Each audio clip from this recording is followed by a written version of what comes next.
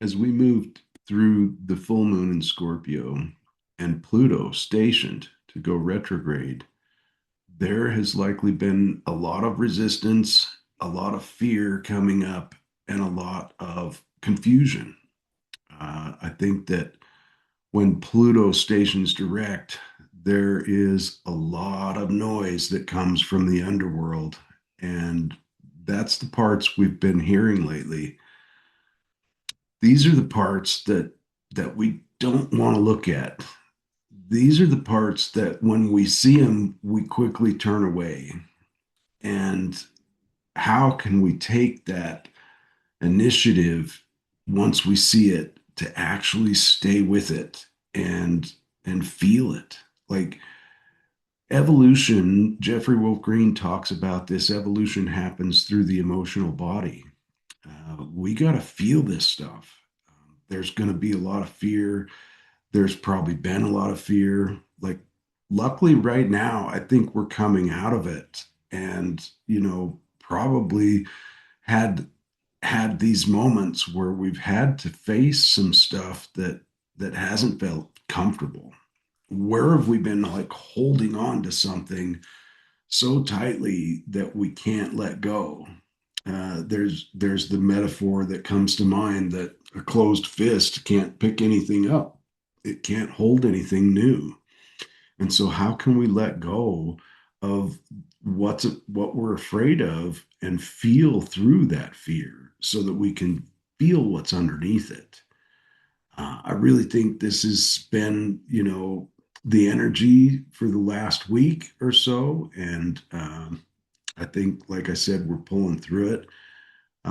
We had the Jupiter square Mars uh, recently, and we also had Mars square Pluto or Mercury square Pluto. Excuse me, and and I think that some of that fever has broken, and we're starting to come into a new sense of identity as we move through this, and some of our parts are freed up to do some new things, which can be exciting. Um, in this video, I want to talk a lot more about this Pluto station to go retrograde. It's a 2 week thing. It stays at the same degree for 2 weeks.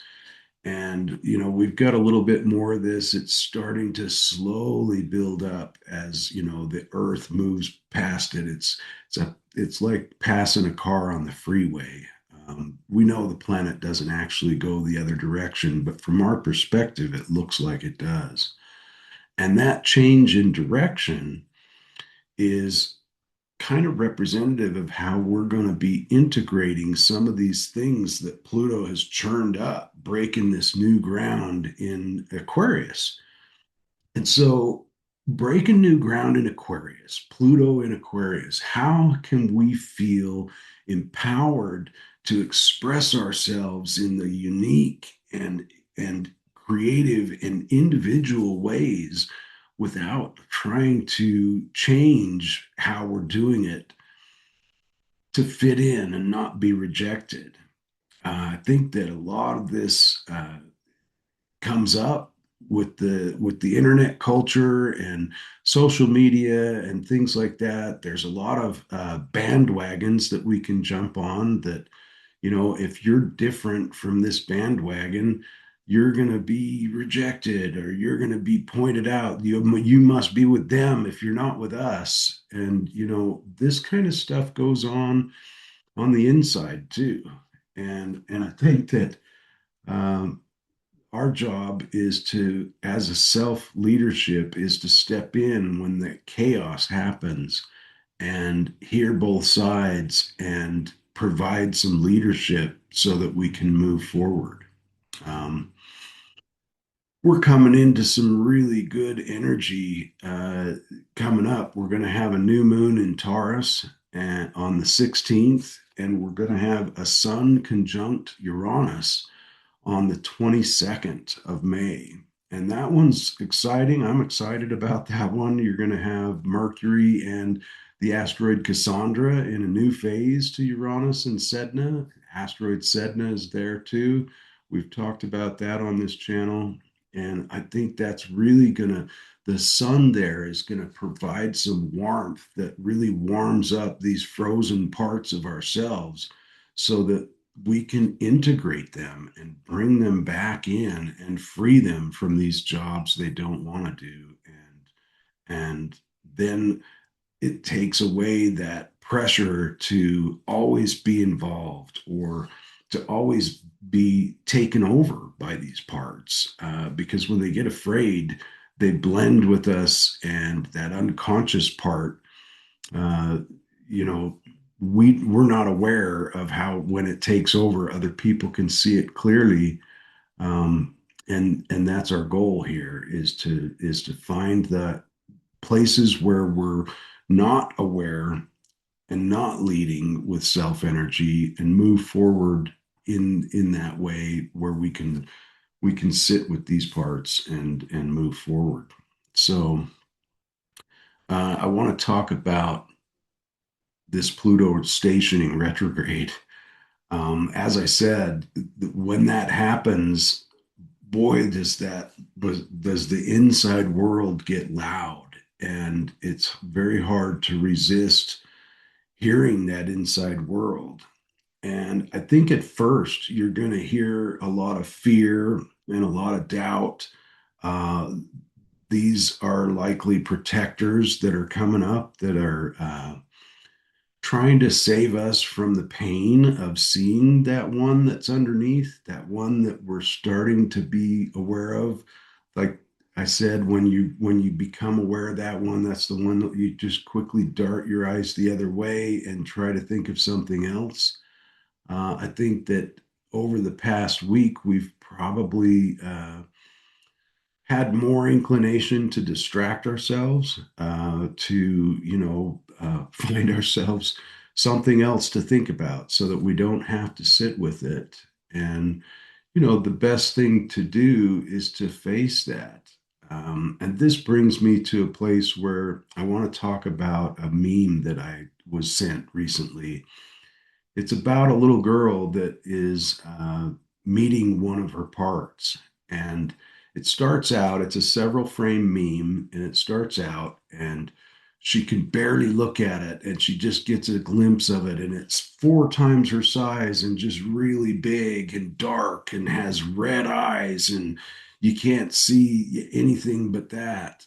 And she's scared, And in the next frame, she's kind of barely looking over her shoulder, and it's starting to shrink a little bit, and it's still black and scary, but there's, she's able to look longer this time.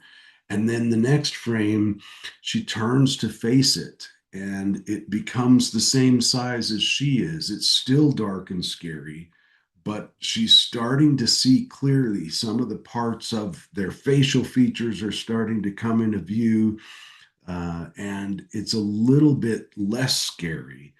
And then in the final frame, they're sitting together at a table, and she's pouring tea for the other part, and the other part's smiling, and they've been met and heard and seen. And I think that's representative of how sometimes this can feel super hard when we first meet these, and I think that going through that process, as we probably have been over the last week, is something that gets easier the more that you do it. Especially the first times, it can be super uncomfortable, and we may think that we won't survive. Like Pluto is that deep survival fear that, if we I may die if I go here. And I think that it's something that softens over time, and when you can really sit with it. I talked before about Neptune and Saturn, and when Saturn was culminating into Neptune, it was dissolving these structures within our inner community and the framework, and dissolving some of the rules that framework has been structured around. And that's what I mean by this. When you have a culture unspoken rules get formed in the culture. They Nobody sets the rule.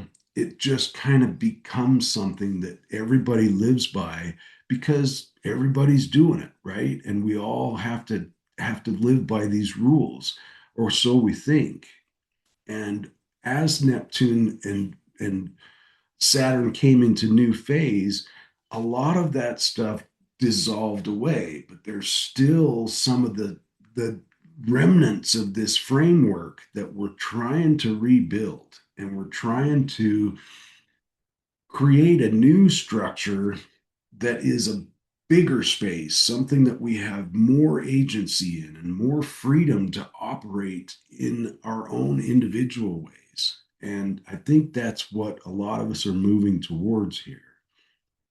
But inevitably, when that happens, the old structure breaks down. There are parts of us that are used to operating in that framework, and they're nervous. Like, we've always done it this way. Have you ever worked at a place where they were like, we can't change that because we have always done it this way? We've always done it this way. Well, we don't have to always do something just because we've always done it. So, I'm going to introduce another analogy here. If you drive a truck down a dirt road and it's been raining recently and there's a lot of ruts in the road, and you stay in those ruts, you're going to get stuck. And the ruts are like the mental neural pathways in our brain. We have neuroplasticity. We have the ability, our psyches can create new neural pathways, but it's hard. It's difficult. It's like driving a truck down a road that's got some deep ruts. If you're steering it, you're in control, but you're trying to get out of these ruts and ride on the side of it. Every once in a while, it tries to slip back down in there, and it can be hard to keep it up. It takes conscious effort. It takes focus, and eventually it gets easier, and you get past some of these ruts, and it starts to smooth out, especially when it dries up. So in this scenario, the rain is this dissolving of all these old structures and some of that resistance that we've met over the last week to letting go of something that we've been holding on, that's seemingly kept us safe, but it's not. And when we can sit with that fear long enough to understand what's underneath it, the scared part, maybe there's a part of you that didn't feel good enough to move forward because you know you experienced something a long time ago that knocked your confidence so badly that that part of you is trapped and frozen in time there. And this is what I think we're heading towards, especially with this sun conjunction with Sedna and Uranus. I think that we're going to see some of these parts super clearly. We're dissolving some of um, uh, the structures, the relationships that were formed from the protectors over time. We've got a trine from Pluto to Uranus that's in a mini grand trine with two sextiles from Uranus and Pluto to Neptune. And it's still continuing to dissolve some of those frameworks that have been preventing us from really expressing our truth, the truth of our individuality. This Neptune in Aries. Like, I think that as we move forward and we go through this new moon in Taurus on the 16th, we're going to have an opportunity to really ground in and feel comfortable in this new space. And then we move forward and hit that sun conjunct uh, Uranus, and we're gonna be able to move forward. I think we're going to start to get flashes of insight and new insights into how our thinking has been, which is going to just the awareness of that helps us to bump out of that rut and be able to steer us up onto a place where we're not going to get stuck anymore. It's scary. And I didn't put up a chart today because like there's no major thing happening. I just wanted to jump on here and kind of talk about this Pluto station retrograde. I feel like that's where we're at right now.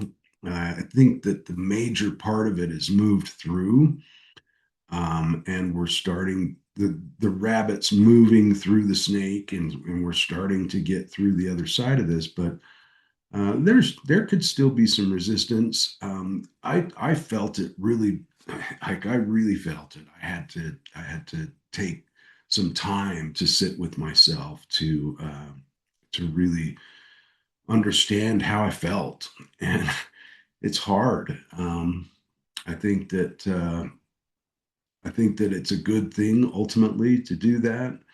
And you can talk about this stuff all day long, and it's still hard. And so if any of you guys are there and you're not quite feeling as good about it as you maybe think you should, that's a part. Welcome it, thank it for its help, and you can sit with it. Um, anyway, I'm gonna jump off. I will get back on. We'll talk about this new moon. We'll talk about this Sun conjunct Uranus and Sedna, and look forward to those videos. In the meantime, make comments, subscribe, share the videos, hit the like button, do all the things, and let's continue to form this community and do our thing. And, thanks for joining, you guys, and I appreciate it.